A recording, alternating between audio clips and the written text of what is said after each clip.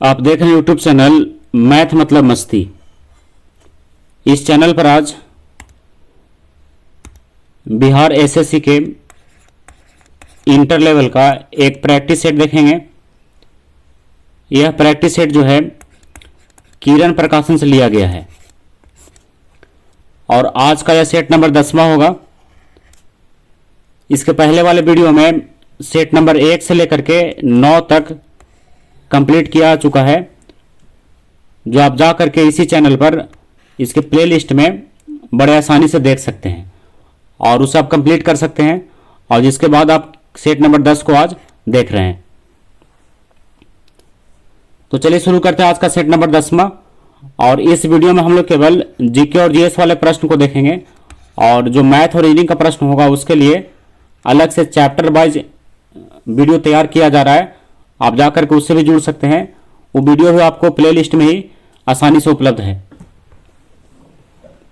तो चलिए शुरू करते हैं आज का सेट नंबर 10वां। तो देखिए इसका पहला प्रश्न क्या है।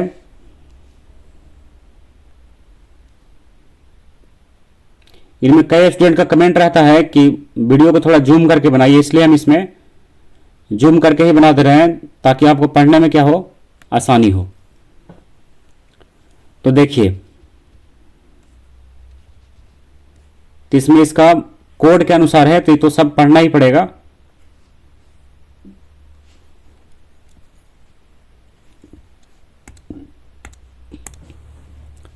तो देखिए पहला प्रश्न है, काराकोरम नामक पर्वत श्रृंखला निम्नलिखित कारण से भू राजनीतिक रूप से अत्यंत महत्वपूर्ण है। तो यह क्यों महत्वपूर्ण है ये पूछ रहा है। तो इसमें देखिए क्यों महत्वपूर्ण है। तो पहला है यह भारत और चीन को जोड़ती है। दूसरा है यह सिंधु और यारकंद नदी घाटियों के लिए जलोत्सारण क्षेत्र के रूप में कार्य करती है। और तीसरा है भारत चीन पाकिस्तान के साथ साथ अफगानिस्तान और तजाकिस्तान की सीमाएं काराकोरम श्रृंखला में मिलती है। और इसका देखिए अब इसमें पूछ रहा है कि इनमें कौन सा जो है सही है। इसमें देखिए बस ऑप्शन इसका 2 और 3 वाला सही है। कौन 2 और 3? देखिए कैसे सही है। इसमें कह रहा है काराकोरम नामक पर्वत श्रृंखला के बारे में कि यह सिंधु और यारकंद नदी घाटियों के लिए जलोत्सारण क्षेत्र है। तो ये तो सही है इसका। और 3 है कि भारत चीन पाकिस्तान के साथ साथ अफगानिस्तान और तजाकिस्तान की सीमाएं काराकोरम श्रृंखला में मिलती है। तो ऑप्शन नंबर 2 और 3 इसका सही है। इसलिए इसका विकल्प जो है कौन सा सही होगा, केवल दूसरा है ना, यानी केवल 2 और 3 वाला। तो ऑप्शन नंबर 2 सही है। इसका आंसर इसका सही होगा 2 और 3।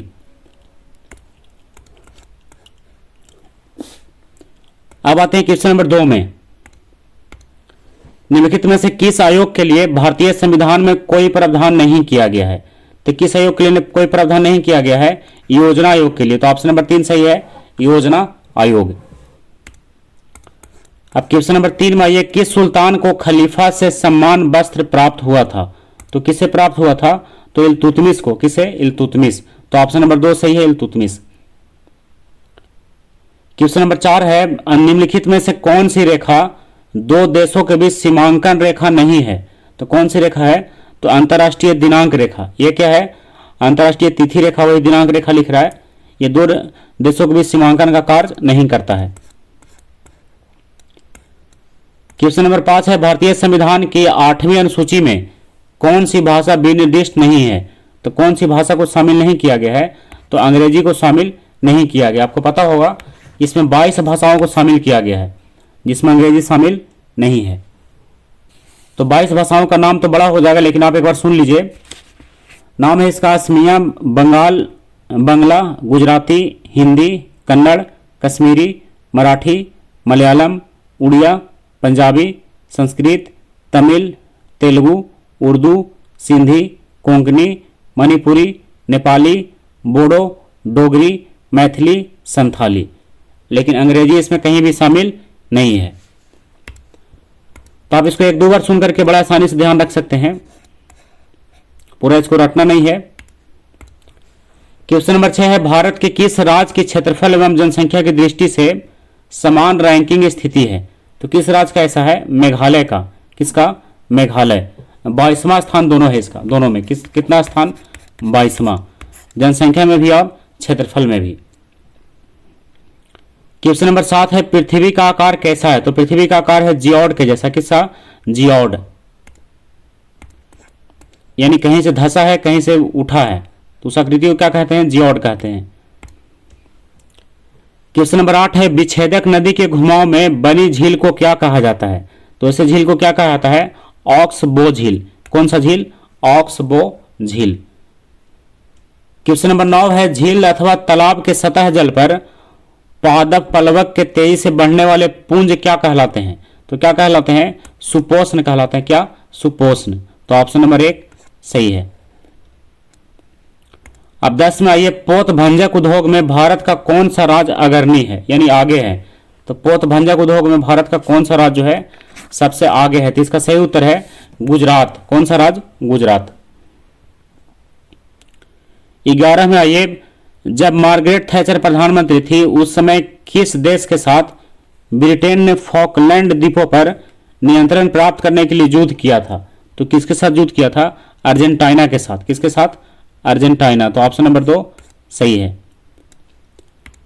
अब 12 में आइए निम्नलिखित का मिलान कीजिए। तो देखिए इसमें मिलान करना है कि कौन जो है सही है। तो इसमें देखिए कौन सा सही होगा। तो 1 में है चालुक्य। तो चालुक्य को किसके साथ मिलाइए? बतापी। किसके साथ? बतापी। और 2 में है होयसाला। तो होयसाला को मिलाइए किसके साथ? द्वार समुद्र। संस्थापक है ये सब द्वार समुद्र। 3 में राष्ट्रकूट, तो इसको मिलाइए मलखेड़। तो 1 में।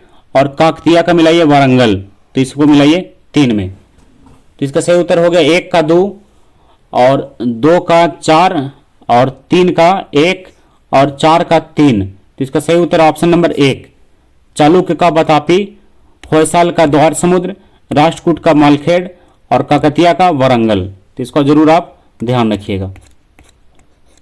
अब आते हैं क्वेश्चन नंबर 13 में। कह रहा है महात्मा गांधी की विश्व में सबसे लंबी मूर्ति कहाँ स्थित है? तो विश्व में सबसे लंबा मूर्ति कहाँ लगा हुआ है? पटना में। कहाँ? पटना में। पटना के गांधी मैदान में। कहाँ? पटना के गांधी मैदान। तो ऑप्शन नंबर इसका सही है बी। क्वेश्चन नंबर 14 में आइए। कह रहा है कि क्वेश्चन नंबर 14 का कलिंग के विरुद्ध अशोक के अभियान की जानकारी का मुख्य स्रोत कौन सा है? तो कौन सा है इसका? शिलालेख 13वां जो है, इसमें जो कलिंग के विरुद्ध युद्ध था उसका उल्लेख किया गया है। शिलालेख 13। 15 है गांधी जी की न्यायशीता की अवधारणा। तो गांधी जी की न्यायशीता की अवधारणा जो है पूंजीवादी समाज को समतावादी समाज में रूपांतरित करती है। तो ऑप्शन नंबर 2 सही है, पूंजीवादी समाज को समतावादी समाज में रूपांतरण। 16 है निम्नलिखित में से किस राज्य ने नीम वृक्ष को राज वृक्ष अंगीकार किया है? तो किस राज्य ने ऐसा किया है? तो राज्य है कौन सा? आंध्र प्रदेश। कौन सा? आंध्र प्रदेश, जिसने नीम वृक्ष को राजकीय वृक्ष का दर्जा दिया है। 17 है समोच्च रेखा समान उच्चता के स्थलों को जोड़ने वाली काल्पनिक रेखा है। तो ऑप्शन नंबर इसका सही है 3 उच्चता। क्वेश्चन नंबर 18 में आइए। राष्ट्रीय हरित अधिकरण का अध्यक्ष कौन है? तो राष्ट्रीय हरित अधिकरण के अध्यक्ष हैं न्यायमूर्ति स्वतंत्र कुमार। तो ऑप्शन नंबर डी सही है, न्यायमूर्ति स्वतंत्र कुमार। 19 में आइए। भारत का वह कौन सा प्रथम राज्य है जिसने खाद्य सुरक्षा अधिनियम बनाया? तो किसने बनाया है? छत्तीसगढ़ ने बनाया है। किसने? छत्तीसगढ़ प्रथम राज्य है जिसने खाद्य सुरक्षा अधिनियम बनाया है। अब क्वेश्चन नंबर 20 में आइए। भारतीय संविधान के किस अनुच्छेद में सरकारी रोजगार में नागरिकों के लिए समान अवसरों का प्रावधान है? तो किसमें ऐसा किया गया है? तो अनुच्छेद 16 में। किसमें? अनुच्छेद 16। तो ऑप्शन नंबर 2 सही है। 21 में आइए। बलुई पत्थर किसमें रूपांतरित हो जाता है? तो बलुई पत्थर जो है ये किसमें बदल जाता है? क्वार्टज में। किसमें? क्वार्टज में। तो ऑप्शन नंबर 3 सही उत्तर होगा। अब 22 में आइए। व्यवसाय पर कर की वसूली किसके द्वारा की जाती है? तो इसकी वसूली कौन करता है? केवल राज्य सरकार। कौन? राज्य सरकार। तो ऑप्शन नंबर 1 सही है। क्वेश्चन नंबर 23 है। निम्नलिखित में से क्या लोकतांत्रिक स्थिति के प्रतिकूल है? तो क्या प्रतिकूल है? तानाशाही। क्या है? लोकतांत्रिक स्थिति के प्रतिकूल है, मतलब ऐसा नहीं होना चाहिए। अनुकूल नहीं, प्रतिकूल पूछ रहा है। और बाकी अनुकूल है गणतंत्र, राजतंत्र, समाजवाद, और जबकि तानाशाही जो क्या है? प्रतिकूल है। क्वेश्चन नंबर 24 है, निम्नलिखित में से क्या पूंजी का कार्य नहीं है? तो पूंजी का कार्य क्या नहीं है? कीमत स्थिरीकरण, यह पूंजी का कार्य नहीं है, यानी मुद्रा का कार्य। मूल्य अंतरण भी है, मूल्य संग्रहण भी है और मूल्य मापन भी है, लेकिन कीमत स्थिरीकरण जो है यह पूंजी का कार्य यानी मुद्रा का कार्य नहीं है।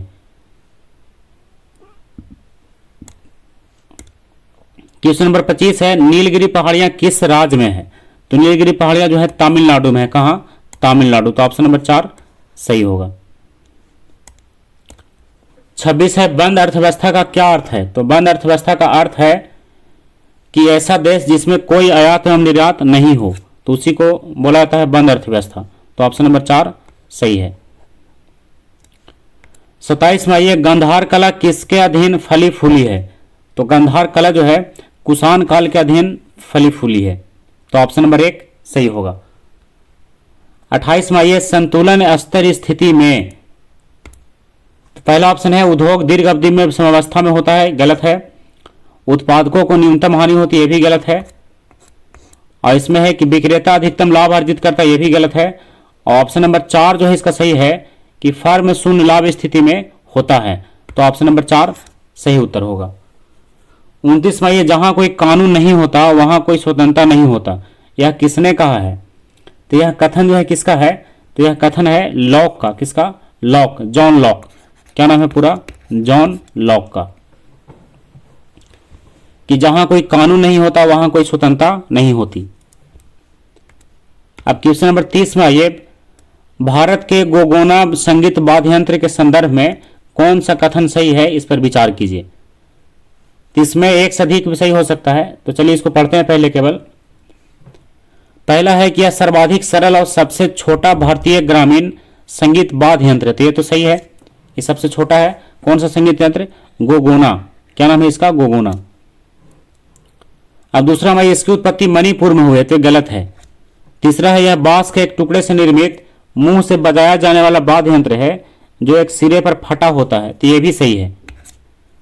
3 में है, यह मेड़ती समुदाय की संगीत परंपरा का एक भाग है, तो यह भी गलत है। तो केवल सही है 1 और 3, इसलिए ऑप्शन नंबर 1 इसका सही है, 1 और 3। अब 31 में, यह भारतीय संविधान का कौन सा भाग राज्य के नीति निर्देशक सिद्धांतों से संबंधित है? तो कौन सा भाग है? तो भाग चौथा। कौन सा भाग? चौथा। 32 में, यह भारत के संविधान का 44वां संशोधन मौलिक अधिकारों की श्रेणी में से निम्न किस अधिकार को हटाता है? तो किस अधिकार को हटाता है? संपत्ति के अधिकार को हटा दिया गया है मौलिक अधिकारों की श्रेणी में से। बिहार के प्रथम मुख्यमंत्री कौन थे? तो बिहार के प्रथम मुख्यमंत्री कौन थे? कृष्ण सिंह। कौन थे? डॉक्टर श्री कृष्ण सिंह। अब इनका कार्यकाल जो है 1946 से लेकर के 1961 तक रहा है, 1946 1961। क्वेश्चन नंबर 34 है, निम्नलिखित में से कौन सा एक भारत का तेल क्षेत्र सबसे प्राचीन है और अभी भी तेल उत्पादन करता है? तो कौन सा क्षेत्र है? डिगबोई। और डिगबोई है कहां? यह असम में है। कहां है? असम में। और इसकी शुरुआत जो 1901 से हुआ है। कब से ये चल रहा है? 1901 से। 1901। अब आइए क्वेश्चन नंबर 35 में, डॉक्टर मनमोहन सिंह से ठीक पहले भारत के प्रधानमंत्री कौन थे? तो डॉक्टर मनमोहन सिंह से ठीक पहले भारत के प्रधानमंत्री कौन थे? तो अटल बिहारी वाजपेयी थे। कौन थे? अटल बिहारी वाजपेयी। क्वेश्चन नंबर 36 है, पंकज अडवाणी किससे संबंधित हैं? तो पंकज अडवाणी का संबंध जो है स्नूकर से है। किससे? स्नूकर। तो ऑप्शन नंबर 1 सही है, स्नूकर। पंकज अडवाणी स्नूकर। 37 में, राज्यसभा का पदेन अध्यक्ष कौन होता है?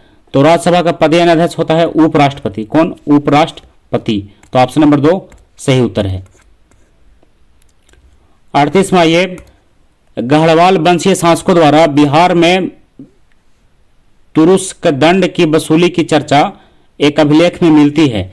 इसकी प्राप्ति कहां से हुई है? तो इसकी प्राप्ति जो है मुंगेर से हुआ है। कहां से? मुंगेर से। तो ऑप्शन नंबर 3 सही है। 39 है एफडीआई का पूरा नाम क्या है? तो एफडीआई का पूरा नाम है फॉरेन डायरेक्ट इन्वेस्टमेंट। तो ऑप्शन नंबर 2 सही है, फॉरेन डायरेक्ट इन्वेस्टमेंट, एफडीआई।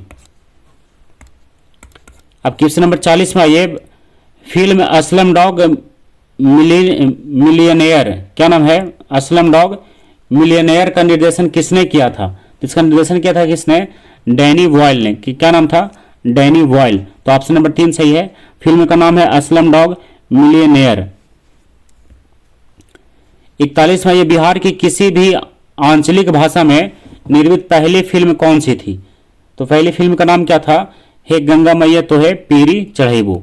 ये क्या है? पहली बिहार की किसी आंचलिक भाषा में निर्मित फिल्म है जो बहुत चर्चित रहा था। क्वेश्चन नंबर 42 है, बिहार राज्य के पश्चिमोत्तर कोने पर हिमालय की एक चोटी है, इसे किस नाम से जाना जाता है? तो किस नाम से जाना जाता है? सोमेश्वर की पहाड़ी के नाम से। किस नाम से? सोमेश्वर की पहाड़ी। ये क्या है? बिहार राज्य के पश्चिमोत्तर कोने पर स्थित है। 43 में आइए,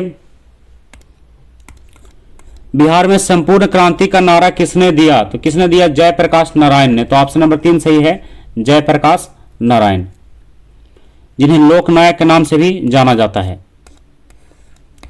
अब 44 में आइए, जहांगीर का समकालीन वह इतिहासकार जिसने बिहार के पटना में अपने प्रसिद्ध ग्रंथ दबिस्तान मजाहिब, क्या नाम है? दबिस्तान मजाहिब की रचना किया था।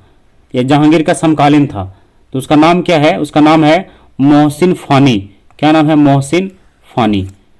और ग्रंथ का नाम है दबिस्तान मजाहिब और लेखक का नाम हो गया मोहसिन फानी। यह जहांगीर के समकालीन था।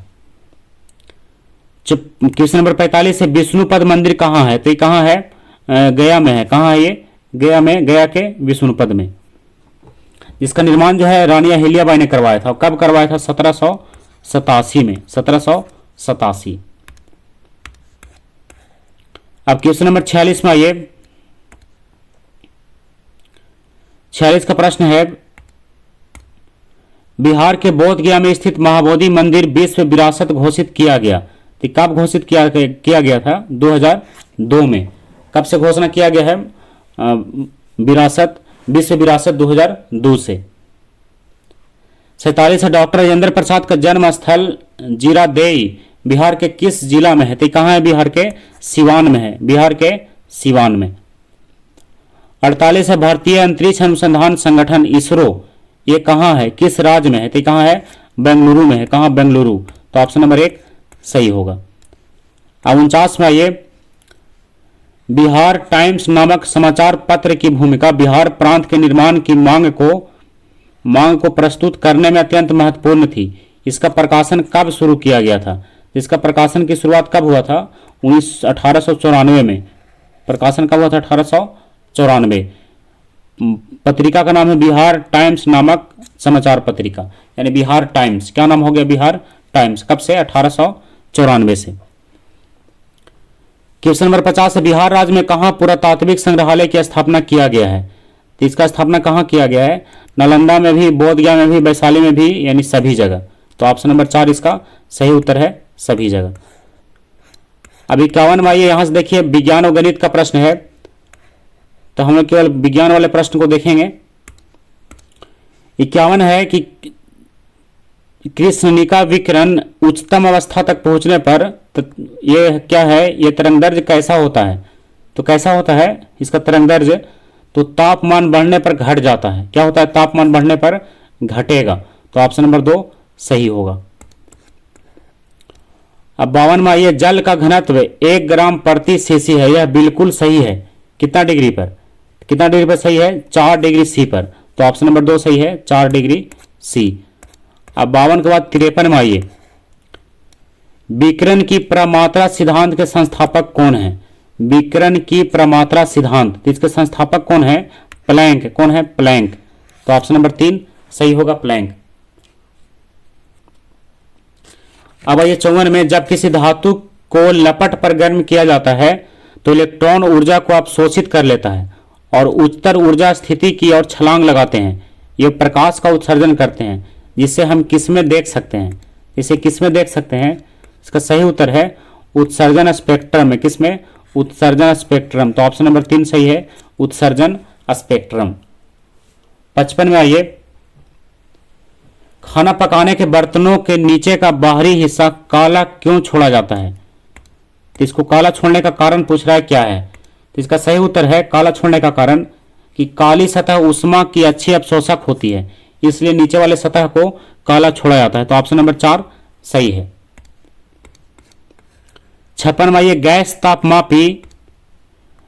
तापमापी द्रव्य तापमापियों की तुलना में ज्यादा संवेदी होता है, क्यों? इसका कारण क्या है? इसका कारण है कि गैस जो है इसका प्रसार गुणांक अधिक होता है, इसी कारण क्या होता है कि ज्यादा संवेदी होता है।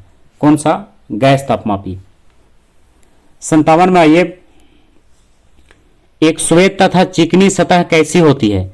इसका सही उत्तर है कि ताप की खराब अवशोषक होती है और अच्छी परावर्तक होती है। एक श्वेत और चिकनी सतह, ताप की खराब अवशोषक और अच्छी परावर्तक। तो ऑप्शन नंबर 2 सही उत्तर है। 58 है, सल्फ्यूरिक अम्ल क्या है? तो सल्फ्यूरिक अम्ल जो है एक द्विक्षारकी है। क्या है ये? द्विक्षारकी। सल्फ्यूरिक अम्ल का सूत्र भी जरूर आप ध्यान रखिएगा। सूत्र होता है इसका H2SO4। इसको अम्लों का राजा भी कहा जाता है। किसको? सल्फ्यूरिक अम्ल को। क्वेश्चन नंबर 59 है, विद्युत तापी साधन के लिए तापी घटक बनाने के लिए जिस मिश्र धातु का प्रयोग किया जाता है वह कौन सा है? तो मिश्र धातु का नाम है निक्रोम। क्या नाम है? निक्रोम। तो ऑप्शन नंबर 3 सही उत्तर होगा, निक्रोम। अब 60 में आइए, नींबू के रस में पीएच का अनुमान कितना होता है? तो नींबू के रस में पीएच का मान कितना होता है? तो पीएच का मान होता है लगभग 7 से कम। लगभग कितना हो गया? 7 से कम होता है। ऐसे इसका पूरा अगर देखा जाए तो 2 से लेकर के लगभग 2.6 तक होता है। तो 7 से कम में ही आएगा, इसलिए इसके लिख रहा है 7 से कम। तो 7 से कम होगा तो अम्लीय होगा, आपको पता होगा। 7 से कम रहने पर अम्लीय होता है, और 7 से अधिक रहने पर क्षारीय होता है, और 7 रहने पर उदासीन होता है। तो ये आप जरूर ध्यान रखिए तीनों पॉइंट को। 61 में आइए, वैद्युत परिष्करण के दौरान विशुद्ध धातु कहां पर जमा होती है? तो कहां जमा होता है ये? कैथोड पर। तो ऑप्शन नंबर 3 सही है, कैथोड। अब 62 में आइए, निम्नलिखित में से कौन सबसे सशक्त स्कंदक है? तो सबसे सशक्त स्कंदक कौन है? तो एल्युमिनियम क्लोराइड क्या है? सबसे सशक्त जो है स्कंदक है। तो ऑप्शन नंबर 2 सही है। क्वेश्चन नंबर 63 है, सोडा वाटर में होता है। तो सोडा वाटर में क्या होता है? कार्बन डाइऑक्साइड होता है, कार्बन डाइऑक्साइड। तो ऑप्शन नंबर 3 सही उत्तर है, कार्बन डाइऑक्साइड। 64 में, निम्नलिखित में से कौन सा द्रव अधातु है? तो कौन सा द्रव अधातु है? ब्रोमीन। ब्रोमीन क्या है? एक द्रव होते हुए भी अधातु है, यानी मात्र एक ही ऐसा द्रव है जो अधातु है। कौन सा? ब्रोमीन, जिसका संकेत होगा Br। 65 में, मिट्टी में यानी मृदा में फास्फोरस को पादप पोषक तत्व के रूप में जोड़ने, संरक्षित करने और उत्प्रेरित करने के लिए निम्नलिखित में से किन जैव उर्वरकों का उपयोग किया जाता है? तो किसका उपयोग किया जाता है? तो एजोस्पिरिलिम का। किसका? एजोस्पिरिलिम। तो ऑप्शन नंबर 1 सही है, एजोस्पिरिलिम। तो आप चलते हैं क्वेश्चन नंबर 66 में। अच्छा, इसमें तो केवल एक ही सही हो रहा है, एजोस्पिरिलिम, और इसमें एक से अधिक दे रहा है। देखिए यहां पर कौन सा सही है। इसमें आप इसको फिर से मिलाइए, इसमें गलत हो रहा है।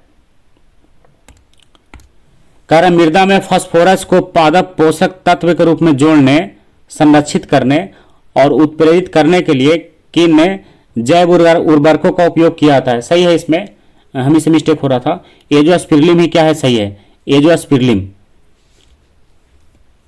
तो आप चलिए इसमें कौन सा सही है? एजोस्पिरिलिम में, यानी केवल एक तो हो गया ऑप्शन नंबर इसका चौथा, एजोस्पिरिलिम, ऑप्शन नंबर 4।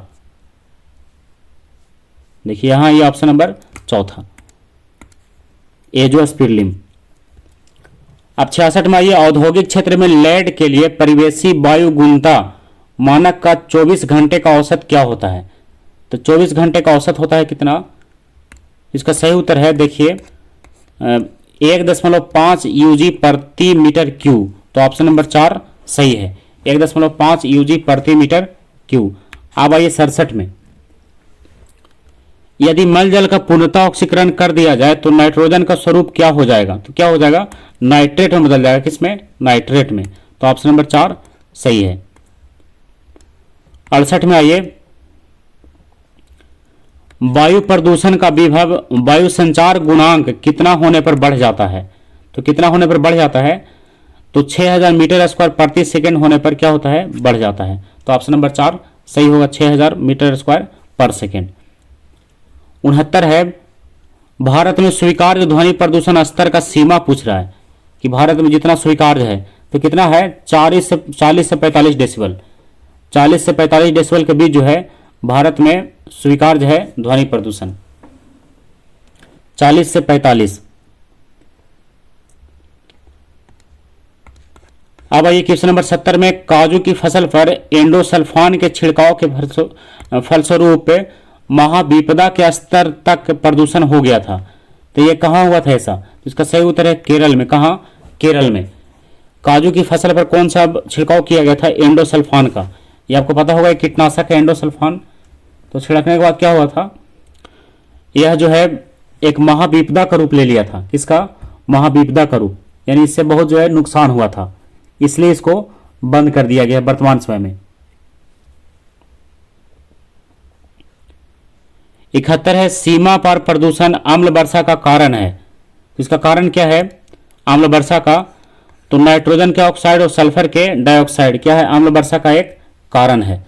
तो ऑप्शन नंबर इसका सही होगा कौन सा? ऑप्शन नंबर 4, नाइट्रोजन के ऑक्साइड और सल्फर का डाइऑक्साइड। तो NO2 और प्लस में SO2, यही है नाइट्रोजन के ऑक्साइड और सल्फर के ऑक्साइड। अब 72 में, आकाशगंगा मंदाकिनी जो है सबसे पहले देखी थी।